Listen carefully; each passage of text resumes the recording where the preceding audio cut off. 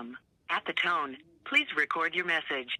When you have finished recording, you may hang up or press 1 for more options. Hi, this is Creative Notes to Self, a series of gentle reminders for me and anyone else trying to live a creative life. These are the things that affirm me, keep me grounded, and help me nurture my art practice so that it's sustainable, joyful, and rooted in self-expression. Okay, let's get into these notes. Creative note to self. Just be yourself. There's no one way to be an artist, no one style or look. I can wear what I want, I can create what I want. That's literally the whole point. So lately I've been wrestling with how my personal style kind of lends itself to me being seen as an artist. And I gave myself permission to be a designer much earlier in my life and career. And I feel like as a late bloomer artist, I'm trying to undo my limiting beliefs, and I'm brushing up against this notion of whether my interests in finer luxury things sort of dilutes my identity as an artist, because those things feel so capitalist, and that's really not the vibe I'm going for. But I like what I like. And the more I think about it, the more I'm if the kind of bag or sunglasses I have on somehow changes who and what I am, then maybe if you perceive me some way because of those things, maybe you didn't understand me or know me to begin with.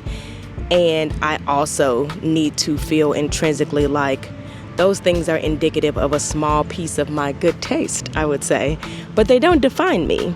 And so I go in and out of being anxious about how my style and what I'm wearing and what I buy contributes to my personal narrative of what it means to be an artist, what it means for me to be an artist.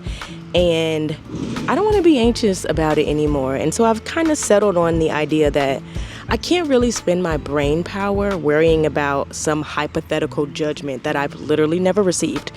And that kind of leads me to my next point.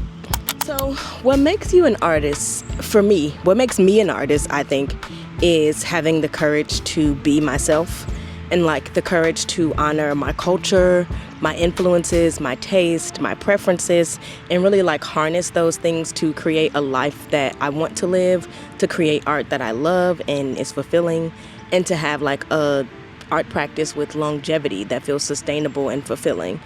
And being courageous enough to be yourself is an art in itself, because the whole point is that you're maybe doing some things that other people aren't doing. And there's absolutely nothing wrong with that. It's quite literally why we're here. We deserve to make space for the things that move us rather than focusing on what's moving other people. And I think this is what helps us find our people too, because what you create and what you're interested in and your tastes, those things will lead you places, and you'll find the right people who will make your practice and what you do that much more rewarding, and they'll be able to sort of see you and affirm you in ways that trying to appeal to literally everyone might not. And I think that also is great because it kind of keeps us from morphing into some palatable box that actually limits how we express ourselves. A diluted version of me is actually the me who doesn't wear these bright ass glasses, because I love the color yellow and I just thought they looked cool, and that's what mattered to me. And I feel when I wear them, you can look at me and know she probably likes color. I have on an orange shirt, yellow sunglasses, I have on green shoe. You're gonna know that I'm into color, and that is a part of my artistry.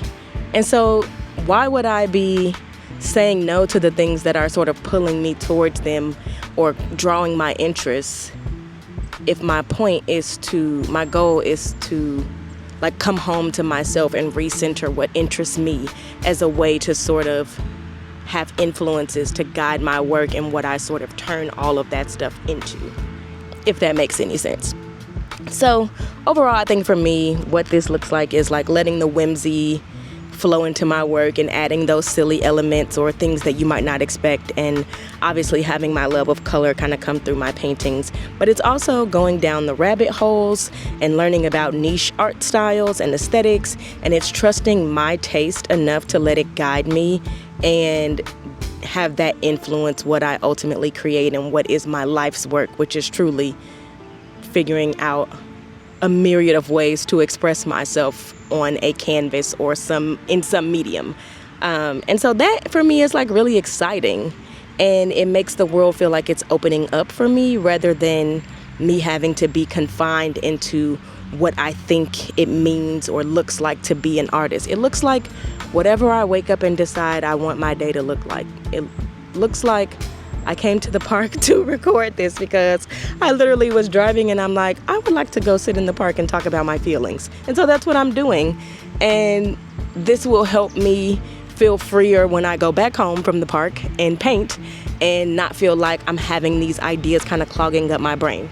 There's not a lot of other people out here, but again, it's not many people out here recording. So that's me sort of honoring the thing that I felt and just going with it and having what comes to me naturally be enough.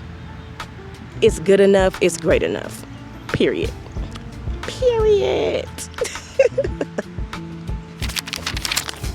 At the end of the day gonna end. But also, we're meant to be one of one.